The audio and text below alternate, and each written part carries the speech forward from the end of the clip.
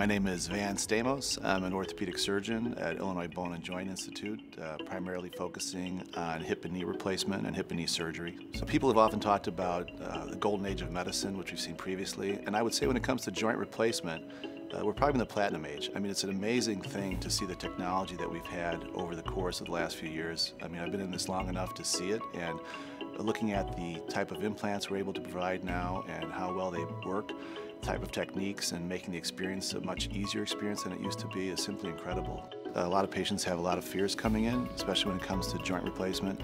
They have a lot of perceptions that are either true or not true, and so a lot of my job is really trying to educate them on that. And then once we do that, then we create a treatment plan, and hopefully that provides them the care they're looking for.